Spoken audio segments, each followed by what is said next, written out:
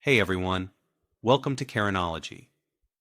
Today's story will make you laugh, cringe, and probably yell at your screen. Let's go.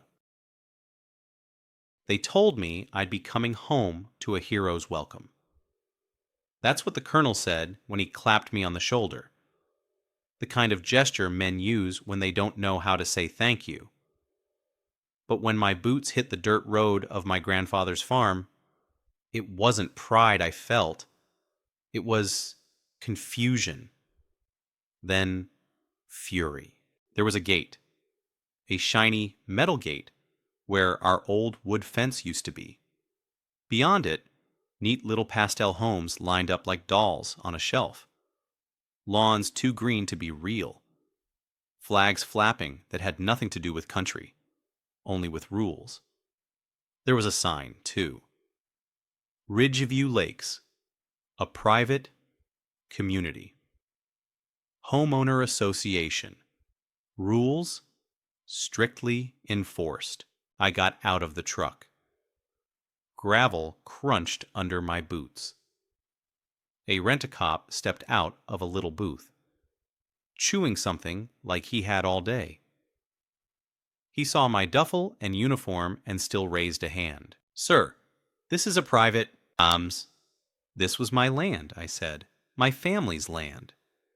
I grew up pulling calves right where that cul-de-sac sits." He glanced at a clipboard. "You got ID?" I handed it to him. "Army. Sergeant Major. 30 years of service and more scars than memories." He squinted.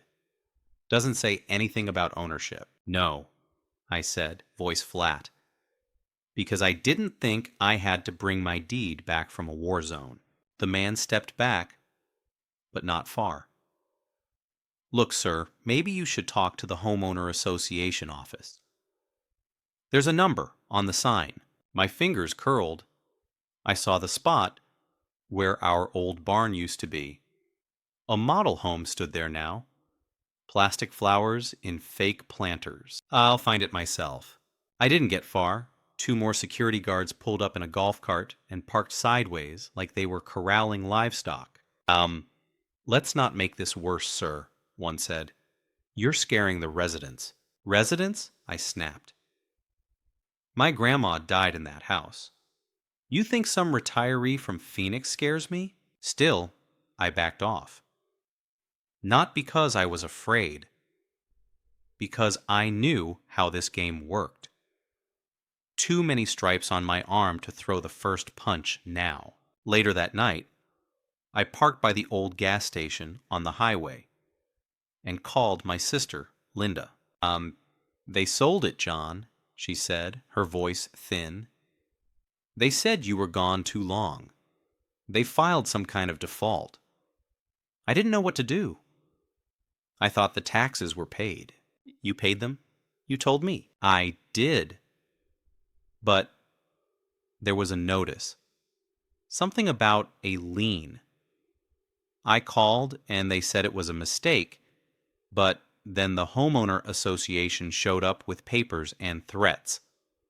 They said they'd put me on a list, John.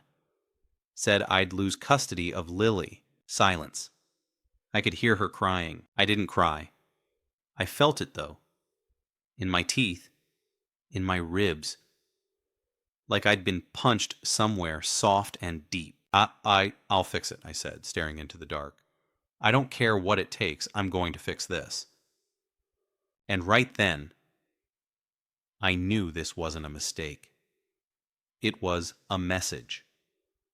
Somebody took what didn't belong to them, and they did it while I was halfway across the world wearing this country's flag on my arm. Funny thing is, I always thought I'd die in a place like Fallujah or Kandahar. Never thought the first war I'd lose would be here, in my own backyard.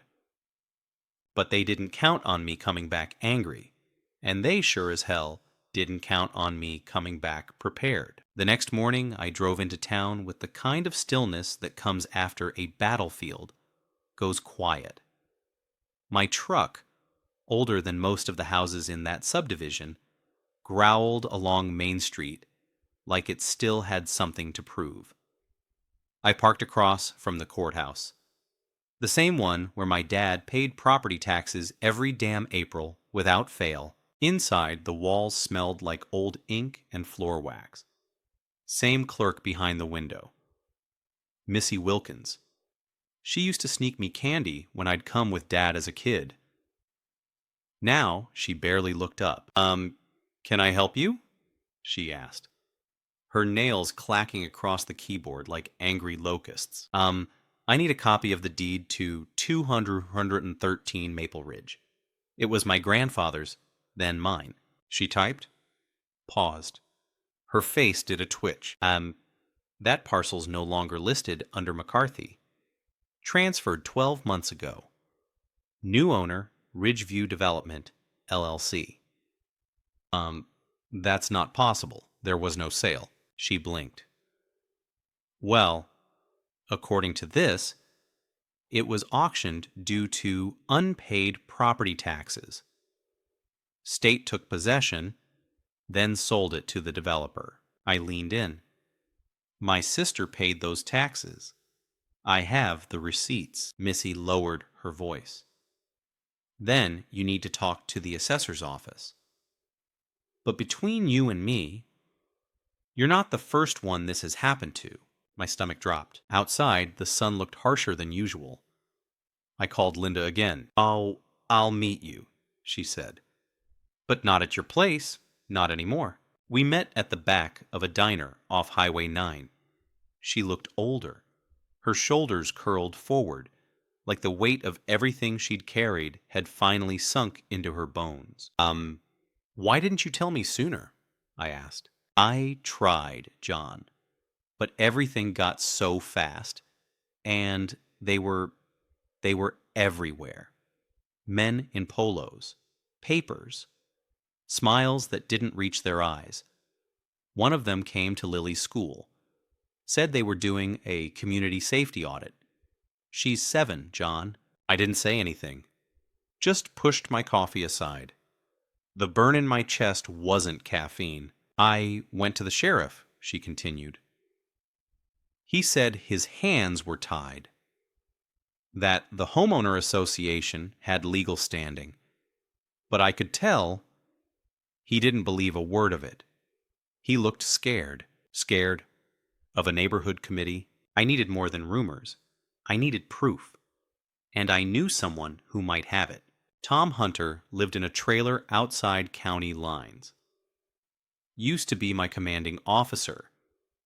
Got out after a roadside bomb left shrapnel in his back and cynicism in his blood. He owed me a favor. Or 3. When he opened the door, he didn't say hello. Just stared at me like a man recognizing a ghost. "Figured you were dead," he said. "Not yet, but someone's about to be buried in paperwork if I get what I need." Tom's place looked like it hadn't changed in 10 years. Maps on walls. Radios on shelves. Ammo boxes doubling as coffee tables. They moved fast," I told him. "Too fast. Faster than a homeowner association should be able to." He poured us both whiskey. Noon be damned. "You think they had help?" I think they had access. To records. To departments. Someone greased the skids." Tom leaned back. "Let me see what I can dig up."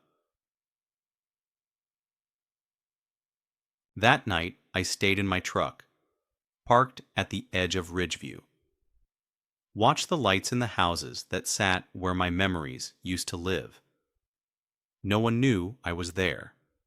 Not yet, but that would change soon, especially when I saw the same rent-a-cop from before, laughing with one of the board members on the front lawn of what used to be our barn. He waved around a bottle like they were celebrating something. I took out my phone, snapped a photo, then another. This wasn't just a theft. It was desecration. They turned my family's land into their playground, and I wasn't done watching.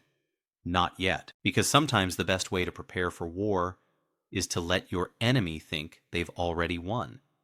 The wind rattled the truck windows around 3 a.m., that restless hour when even ghosts are tired of pacing. I sat upright in the driver's seat, blanket over my legs, a thermos of black coffee cooling in the cup holder.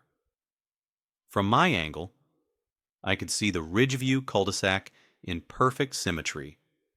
Every house the same, every porch light casting the same pale halo, like a factory line of fake Americana. I wasn't just looking anymore. I was mapping. Tom called just after dawn. You're going to want to hear this in person.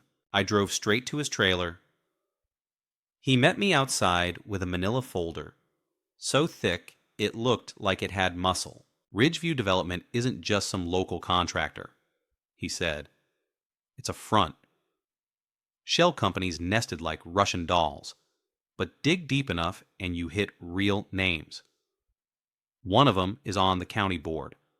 Another runs permits for the planning office. And get this, 2 months before the auction, a change was made to your parcel's zoning classification. Quietly. No notice sent. You're saying they made it commercial just long enough to justify a fast-track sale? Exactly. That auction wasn't a fluke. It was a setup. I stared at the folder. Pages full of timelines, signatures, memos. My throat felt like it was closing. They knew I was deployed. They counted on it. Tom nodded. You were an easy target. Out of state. No immediate family living on the property. They ran this like an op. I spent the rest of the morning in his trailer, cross-referencing dates, flagging names. One in particular stood out, Marvin Delro. He showed up on 3 different board approvals, 2 inspection sign-offs, and 1 payment memo from Ridgeview to a consulting firm. He allegedly ran. He also happened to be vice president of the Homeowner Association. That night, I put on plain clothes and walked the perimeter of the Ridgeview development on foot. I didn't step past the fence. Not yet, but I found something useful. A maintenance shed near the old creek bed, not locked. Inside were documents, maps, electrical layouts. They left their soft underbelly exposed. I took pictures. Every page. Then, just before leaving, I planted a small motion sensor under the tool shelf. Old trick from forward operating bases. Cheap, silent, and very informative. Back at the truck, I opened my notebook and began to sketch out a timeline. What I had wasn't enough for court. Not yet. But enough to start playing offense. 2 days later, Tom called again. You'll love this. Remember that consulting firm? Guess what address it's registered to? Don't tell me. Delro's Weekend House out in Harlan. That's an hour from here. So take a drive, bring a camera. The place was exactly what you'd expect from a man who profited off other people's homes. A gated driveway, hedges clipped like a military haircut, and 2 vehicles in the garage worth more than my entire truck. I didn't need to break in. I just waited. Watched. Delro came out around 7, got into his SUV, and left. I slipped around back. No cameras. Found the trash bins. Inside one, shredded documents. Badly shredded. Sloppy work. I scooped up what I could and shoved it in a bag. Back at Tom's, we spent the night reassembling confetti. The result? A partial memo from Ridgeview's internal counsel, stating the McCarthy Tract to be fast-tracked due to favorable circumstances. owner status, inactive overseas. Tom looked up from the table, eyes hard. "You've got 'em." I didn't answer, just stared at the page. They didn't just steal my land. They used my service against me. And now I had their fingerprints. But evidence wasn't enough. I needed to make them bleed. Not with fists, with fear, with uncertainty. The kind of war they never trained for. Tom's dining table was covered in fragments of their arrogance. Strips of memos, budget drafts, emails half-crossed with red ink. These weren't just mistakes. They were fingerprints. And I wasn't going to court with them. I had a different plan. See, they were used to dealing with people who played by the rules. The kind who wrote angry letters, filed appeals, maybe made a stink on social media. But I'd spent my life studying enemies who hid behind walls and fake smiles. And I'd learned that the fastest way to collapse a fortress wasn't through the front gate. It was to rot it from the inside. I started by returning to Ridgeview. In daylight, hat low, phone in hand. I acted like I was house hunting, waved at neighbors, took photos for my wife. Most waved back. 2 even offered to show me their backyard pools. Fake friendliness. It always smells like air freshener sprayed over rot. One of them, an older guy with stiff shoulders and a limp, mentioned that the Homeowner Association was planning a spring gala at the lakefront. Said the board had just increased fees to fund it. He looked bitter about it, like he didn't vote yes. Bingo. I smiled, thanked him, and the next morning printed 50 flyers on off-white paper. Real official looking. Community Safety Review. Property Violation Self-Assessment.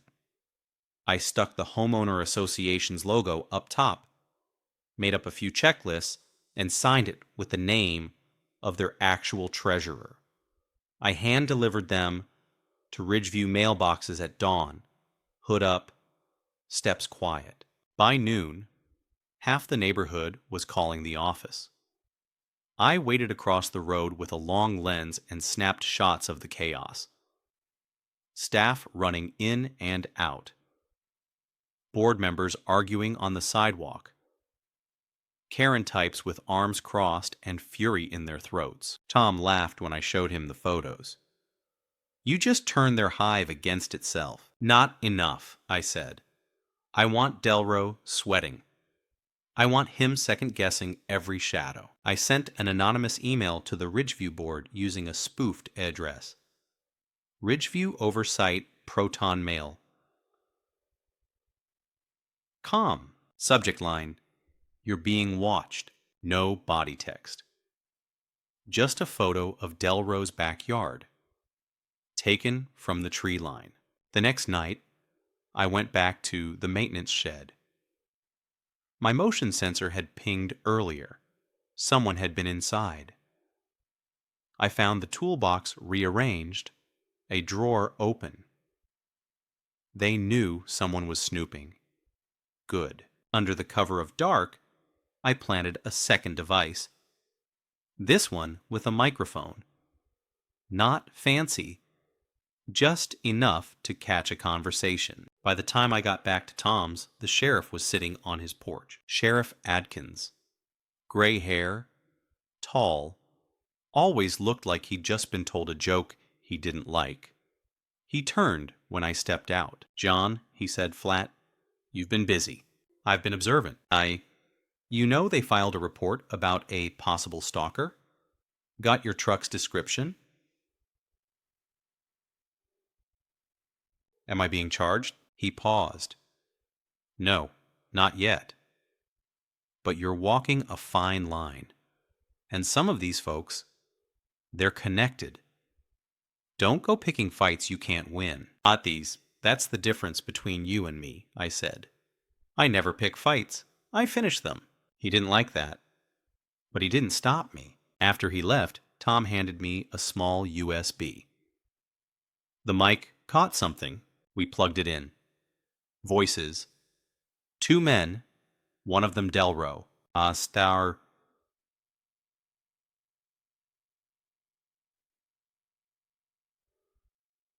We pushed it through zoning. No flags. Nobody looked twice. Bureaucracy. McCarthy's sister signed off. Or someone did. Doesn't matter now. It's done. And if he makes noise, we handle it. We handled worse. That wasn't arrogance. That was experience. They'd done this before. Maybe dozens of times. That night, I didn't sleep. Not because I was afraid, because I was ready. Every war has a turning point. I just lit mine. 2 days later, Ridgeview held its monthly Homeowner Association meeting. I knew this because I'd bribed the printer downtown to let me see their custom invites. The paper stock alone cost more than my truck's last 3 oil changes combined. They were meeting at the community clubhouse, the one built where my dad used to grow squash. I got there an hour early. Not to confront anyone, not yet. I had a different mission. Behind the clubhouse, past the tennis courts and ornamental bushes, stood a locked service door. I'd scoped it days before. No camera, just a flimsy deadbolt. One pop with my old pry bar and I was inside. Quick, quiet, surgical. Inside the utility closet, I wired a small Bluetooth speaker and connected it to a phone I'd preloaded with audio. Edited clips from Delro's conversation.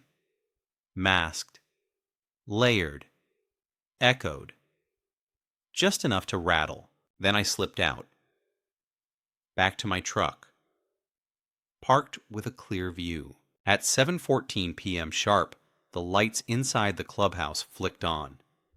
Blazers, clipboards, wine glasses, a sea of smug. At 7:31 p.m., the audio kicked in.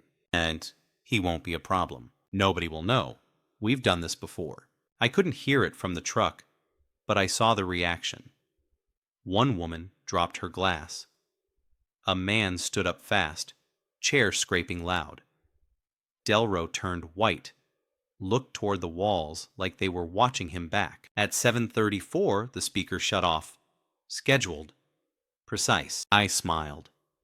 Not because it hurt them, but because it made them paranoid. Paranoia is like rust. It never sleeps, Tom called that night. There's a movement in the board. Some of the members are getting cold feet. Rumor is they want to force Delro out. He won't go down easy. No. But you've got his walls closing in. Still, it wasn't enough. Fear is temporary. I needed to hit where it hurt. Control. The next day, I met Linda again. This time in the back of the school parking lot. She brought Lily. Little girl had my mother's eyes. She hugged my leg like it was the last tree in a storm. They tried to contact me, Linda whispered. Said if I didn't sign a silence agreement, they'd bring up charges for fraud. I clenched my fists. They forged your name. I know that. You know that. But they made it look real. And they've got lawyers. They've also got a pattern. That means victims. Other families. Maybe ones who didn't fight back. She nodded. You really think you can do this? I looked at Lily, who was coloring in the back seat with a crayon and humming to herself. I don't have a choice. The next morning, Tom and I drove to county records with a plan. We weren't going through the front door. Not figuratively. I knew a guy. Zeke, former clerk, now ran a storage business. He still had an access badge. For emergencies, he said, lucky for us, corruption was an emergency. We got into the archive building at night. Not to steal, to photograph. zoning documents, auction permits, anything signed by Delro or his shell companies, every file with a forged timestamp, every page that smelled like fast money and quiet deals. By sunrise, we had 100 photos and a name that stood out. Eleanor Kincaid, former assessor. Her signature had been forged on 3 rezoning requests. I found her 2 towns over, working the register at a garden center. She looked tired, worn down. "I didn't sign anything," she said, before I even asked. "They used my old digital stamp." I told the sheriff. He told me to forget it. Said they'd bury me if I pushed. I showed her the photos. Her hands trembled. "Are you going to expose them?" "No," I said. "I'm going to make them expose themselves." By that evening, I had what I needed. I went to Ridgeview one last time before it got dark. Not to spy, not to plant, to deliver. I left a box at the Homeowner Association office front door. No return label. Inside, copies of their own forged documents. A note on top. "Your sins have shadows, and they're getting longer."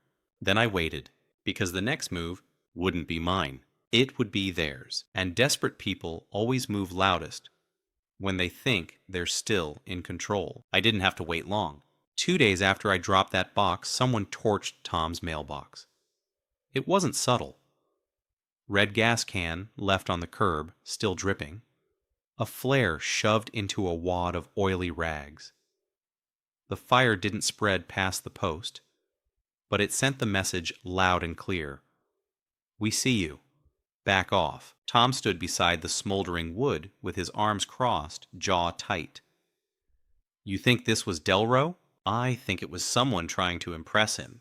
He nodded. "We've got their attention now." Later that day, I noticed something strange. My truck had been moved 2 inches in my driveway. Not enough to trip the locks. Just enough to know someone had been inside. They hadn't taken anything. They wanted me to know they could. Good. The more they showed their hand, the easier it'd be to twist it behind their back. I went dark after that. No phone. No texts. Tom and I started using burner walkies, like it was 2004 again. I left the truck in plain sight and moved into a cheap room above a closed bait shop on Route 17. From there, I rebuilt. Step 1, push Ridgeview into a panic. Step 2, give them a face to blame. I picked a name, Matthew Bishop, and created a full fake persona. Real enough to fool Google. Bishop had just moved into Ridgeview. He filed complaints. He left voicemails. He asked questions that dug too close. Then he disappeared. But before he vanished, he sent an anonymous package to 3 Ridgeview board members. Inside, a burner phone with a single video. The video showed 2 men, faces blurred, signing a forged deed. One voice matched Delro's. The panic came fast. Within hours, emails were flying. I intercepted one through a back door into their internal newsletter site. Possible breach. Do not discuss Ridgeview development files over email. Emergency board meeting tonight. No guest. Exactly what I wanted. That night, I made my move. Not into their meeting. Into their power. See? While everyone was distracted by ghosts and whispers, I'd been following a paper trail buried deep in the county's public works files. Turned out Ridgeview didn't own their water rights outright. They leased them from a defunct ranch cooperative. And guess who bought out the last of that cooperative 3 days ago under an LLC named Cold Iron Holdings? That's right. Now, Ridgeview's water supply flowed through my land. And by contract, I had the right to restrict or reroute that usage with 60 days' notice. I gave them 5. The notice was hand-delivered, with copies to the County Utilities Board. Delro called the next day. I didn't pick up. Let him leave a voicemail. His voice cracked halfway through. First time I'd heard that. Boss thinks this is illegal. You'll be liable for damages. We have lawyers, McCarthy. This is your last chance to walk away. I played it back 3 times, just to hear him sweat. Tom laughed when I told him. You just put a tourniquet on their entire neighborhood. No, I said. I just showed them who's really in control. 3 days later, Ridgeview held an emergency town hall. Residents packed the clubhouse. Some angry, some scared, most confused. I watched from my truck, parked on the hill across the road. They brought in bottled water pallets. They canceled lawn irrigation. They told people it was routine maintenance. I think so. Lie number 27. Inside, Delro stood in front of the crowd and tried to keep it together. I could see it on his face. The loss of narrative. The erosion of power. Then someone stood up. An older woman I'd seen before.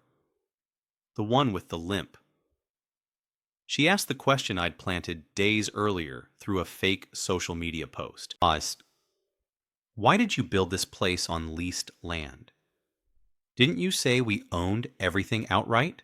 The room turned. Delro stammered. Someone else shouted. It got loud fast. I didn't need to stay longer. I'd seen what I came to see. Cracks. Not just in their waterline, but in their illusion. And the next blow, that one would shatter it all. 3 nights later, Ridgeview's main entrance got a surprise visitor.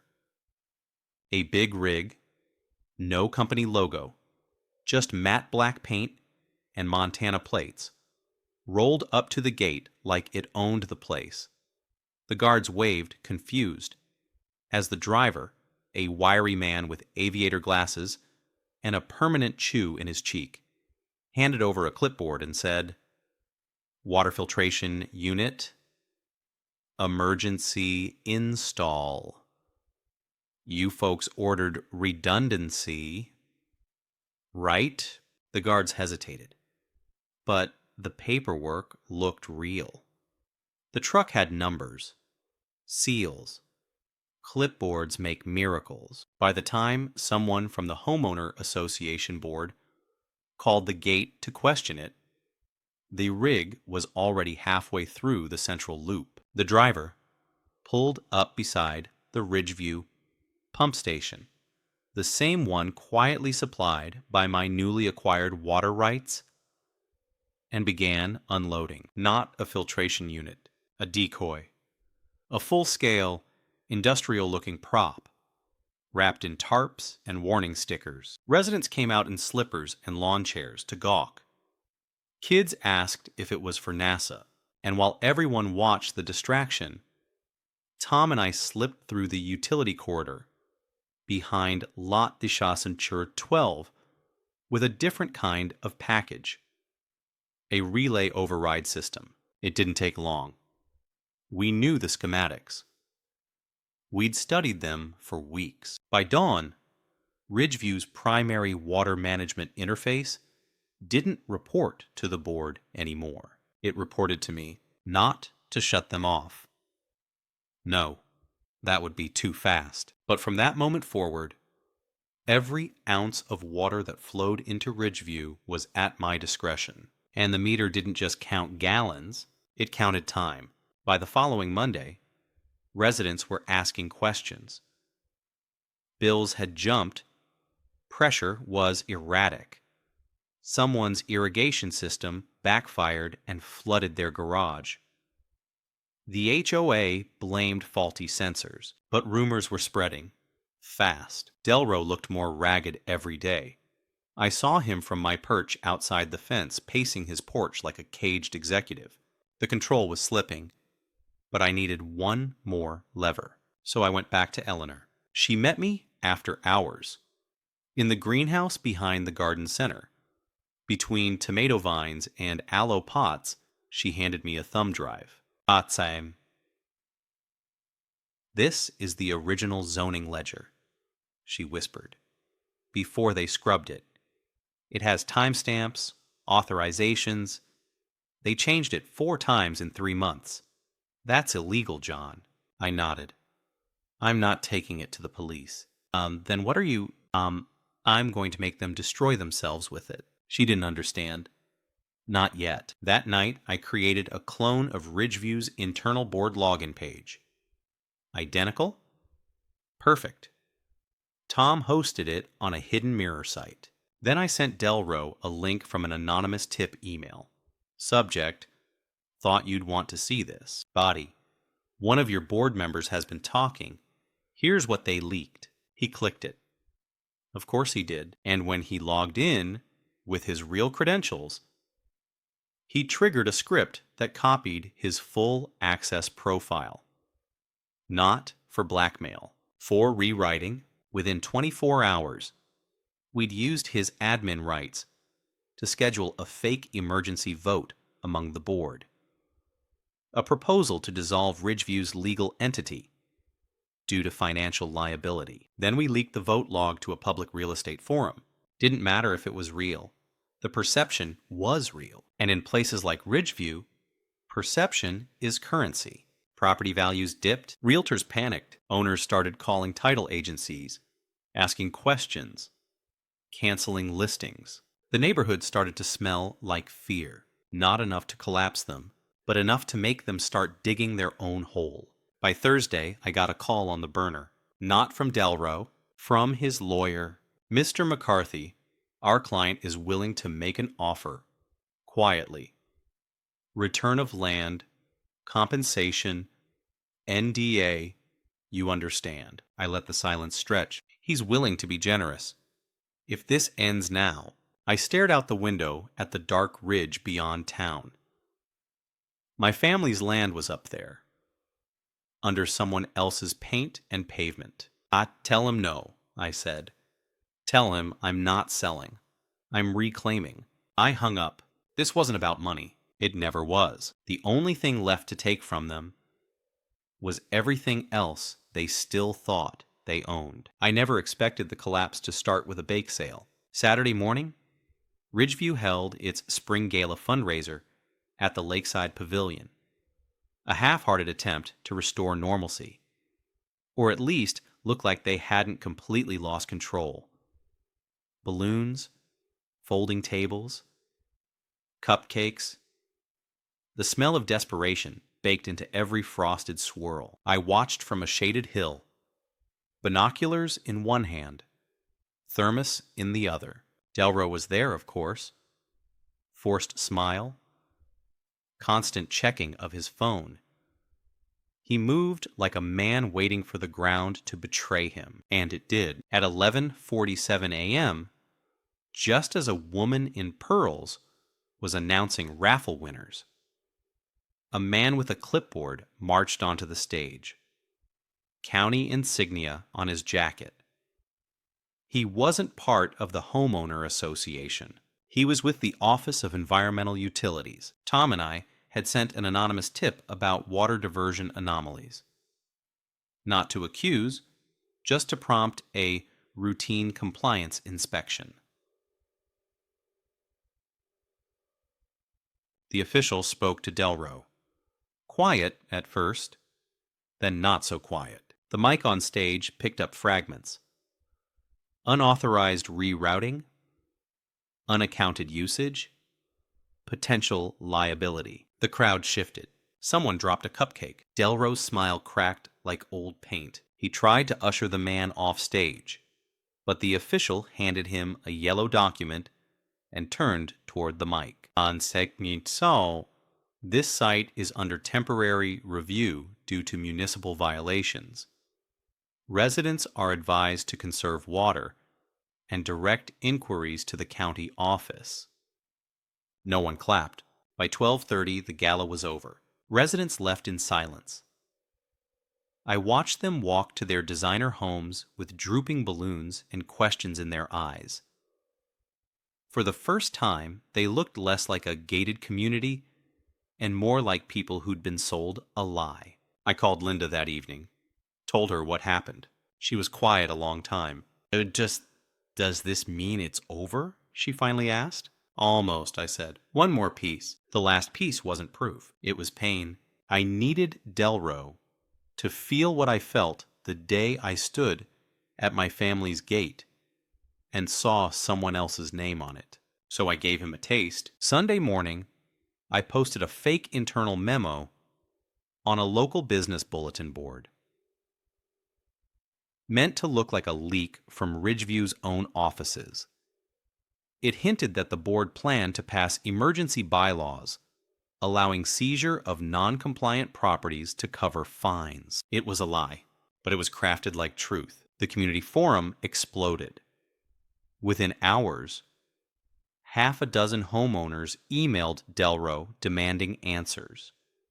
One man threatened legal action. Another posted footage of himself draining his pool in protest. And the cherry on top? I made sure that memo was leaked to a local housing watchdog blog. Nothing official, just fuel for the fire. By Monday, 3 board members had resigned. 2 vendors pulled out of maintenance contracts. The Ridgeview Facebook group went into lockdown. That night, I went back to where it all began. My land. I stepped past the HOA sign. No more sneaking. No more hiding. I walked to the center of what used to be our barn and drove a steel stake into the earth. On it, I planted a sign. Private property under reclamation. Trespassers will be educated. No legal jargon, no bluff, just promise. The next morning, Delro stood at the edge of the lot with 2 security guards and a clipboard. He looked at the sign, then at me. You're trespassing. No, I said. You are. You're making a mistake. I made one already, I said, stepping closer. I trusted you people to play fair. You're done, McCarthy. You're going to lose everything. I smiled. Not wide. Just enough to let the truth show through. I already did. Now I'm just settling accounts. He stared, but didn't step forward, because he knew whatever grip he had on this place was slipping. And when it finally snapped, he wouldn't fall alone. He'd drag the whole illusion down with him, and I'd be right here when it happened. The storm came 3 days later. Not from the sky, but from the cracks I'd carved deep into Ridgeview's foundation. All it needed was a push. That push came in the form of a whistleblower. One of the junior board members, Sarah Brennan, mid-30s, too decent for the company she kept, sent a packet of internal emails and meeting transcripts to the county commission. She didn't do it for me. She did it because she'd finally seen the rot for what it was. And once you see it, you can't pretend it's not there. Those emails included Delro's direct instructions to bypass zoning reviews, to falsify permit timelines, to strong-arm silent compliance from property owners. One message even joked about how deployments make land grabs easier. It went viral inside government channels. Quietly, viscously. The county froze Ridgeview's legal status within 48 hours. Every contract, every sale, every open permit, frozen. Vendors pulled out. Title offices stopped returning calls. Insurance rates spiked so fast, residents were locked out of their own renewal policies. And then came the kicker. Turns out, when a community loses its legal protection and financial guarantees, its charter can be nullified by the landholder of record. Remember that LLC I set up, Cold Iron Holdings? That wasn't just a shell. That was now the single largest stakeholder in Ridgeview's infrastructure access. And under the original cooperative charter, that gave me reclamation rights. I filed the notice at 9:12 a.m. on a Tuesday. By 3 p.m., county officials served Delro a cease and desist. He was no longer president of anything. By sunset, the Ridgeview sign was gone. Just a patch of dirt where fake promises used to stand. I walked the boundary that evening, boots sinking into the earth like it still remembered me. The air smelled cleaner, like fall, like something finishing. Linda met me by the old oak near what used to be the front gate. Lily was asleep in the back seat. "It's over?" she asked. Yeah, I said, but not in the way I thought. I didn't get back the barn, or the porch swing, or the smell of Grandma's pie cooling by the window. That was gone. Paved over by people who saw land as lines on a spreadsheet. But I got something else. I got to burn their map. The next week, I posted a final notice at the community board. HOA effective immediately. This land is no longer part of any homeowner jurisdiction. It belongs to the soil, to time, and to those who never forgot what it was. I stayed another month, not to watch them leave, to watch the silence return, to hear what it sounded like without the lies layered over it. Tom came by with a bottle one night. We drank it under the stars, leaning on the hood of my truck. They'll write this up as some legal loophole, he said. Technicality. Let them, I said. Truth never needed footnotes. We didn't toast, didn't need to.